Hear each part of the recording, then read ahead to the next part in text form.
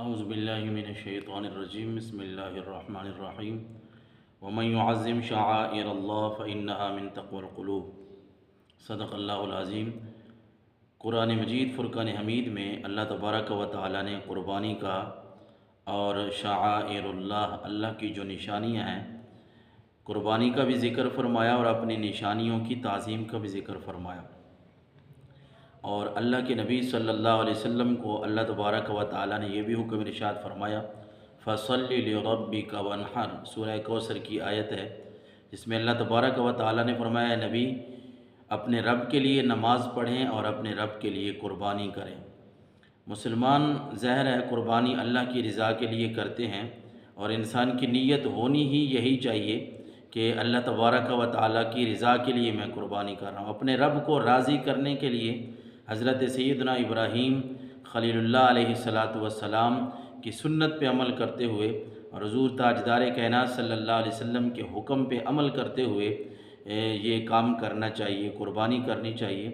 کسی کو دکھلاوے کے لیے، ریاکاری کے لیے، ویسے کوئی بھی کام ہو، کوئی بھی نیکی ہو، وہ ریاکاری اور دکھلاوے سے ضائع ہو جاتی ہے۔ اور قربانی کے موقع پہ بھی اس بات کو یاد رکھنا چاہیے کہ یہاں ہمارے دل کی جو بات ہے، نیت، اخلاص، تقوی،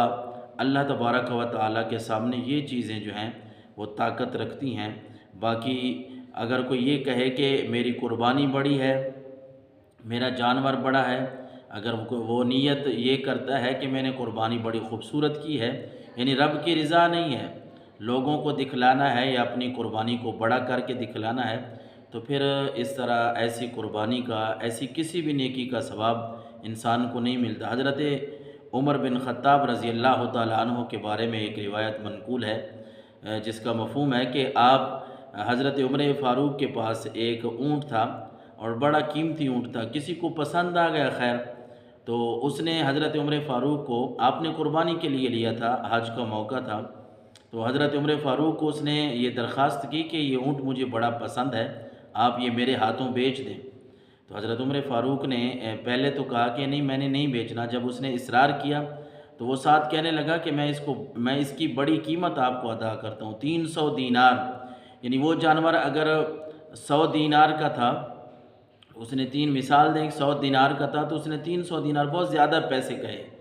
تو حضرت عمر فاروق رضی اللہ تعالیٰ عنہ بھی اس نیت پہ آ گئے یا اس ذہن میں آ گئے کہ اگر میں اس سے اتنے پیسے لے لیتا ہوں تو میری تو قربانیاں اور ہو جائیں گی، قربانیاں 2-3 کر لوں گا۔ تو پھر حضرت عمر فاروق نے اسے کہا کہ چلو میں سرکار دو عالم صلی اللہ علیہ وسلم سے مشورہ کر کے پھر آپ کو بتاتا ہوں۔ تو حضرت عمر فاروق نے جب حضور سرور کونین صلی اللہ علیہ وسلم کو یہ واقعہ سنایا اور بتایا کہ حضور میرا اونٹ بڑا خوبصورت ہے، سونا ہے اور فلاں آدمی کو پسند آ گیا ہے، قربانی کا ہے، تو وہ 300 دینار دے رہا ہے، کیا میں بیچ کر قربانی زیادہ کروں، قربانیاں اور کر لوں؟ تو آپ صلی اللہ علیہ وسلم نے فرمایا نہیں، اسی اونٹ کسی جانور کی قربانی کرو، کیونکہ خوبصورت جانور ہے تو اللہ تبارک و تعالیٰ کو پسند ہی وہی جانور ہے، وہی جانور، وہی قربانی ہے جو قیمت کے لحاظ سے زیادہ ہو اور خوب فربہ ہو۔ آقا کریم علیہ السلام نے بھی فرمایا کہ رب العالمین کو وہ جانور بڑا پسند ہے، وہ قربانی بڑی پسند ہے جو قیمتی ہو، جو خوبصورت ہو۔ تو آپ نے حکم فرمایا کہ نہیں، اسی اونٹ کی قربانی کرو، حالانکہ اس کی جگہ پہ 2-3 قربانیاں بھی ہو سکتی تھیں۔ تو بات کرنے کا مقصد یہ ہے، مطلب یہ ہے کہ قربانی کرتے ہوئے ہرگز گوشت کو سامنے رکھنا، جانور کو بڑا چھوٹا سامنے رکھنا یہ نہیں ہے، بلکہ اللہ تبارک و تعالیٰ نے قرآن مجید میں کیا ارشاد فرمایا، لَن يَنَالَ اللَّهَ لُحُومُهَا وَلَا دِمَاؤُهَا وَلَكِن يَنَالُهُ التَّقْوَىٰ۔ اللہ تبارک و تعالیٰ نے فرمایا کہ تمہارے خون، تمہارے جو گوشت ہیں قربانیوں کے، یہ مجھ تک نہیں پہنچتے،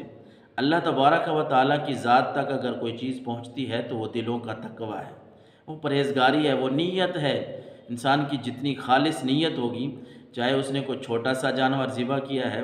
بڑے جانور میں حصہ ڈالا ہے لیکن وہ تھوڑے پیسوں کا ہے، لیکن نیت اس کی خالص ہے، اللہ کی رضا ہے، تو اس کو بہت بڑا اجر و ثواب ملے گا۔ اور پھر کچھ لوگ ایسے ہیں جو ان دنوں میں بڑا شد و مد کے ساتھ، بڑے زور کے ساتھ یہ کہہ رہے ہوتے ہیں کہ وہ جی مہنگی قربانی کرنے سے بہتر ہے کہ آپ غریبوں میں پیسے تقسیم کریں، قربانی تھوڑے پیسوں کی کر لیں،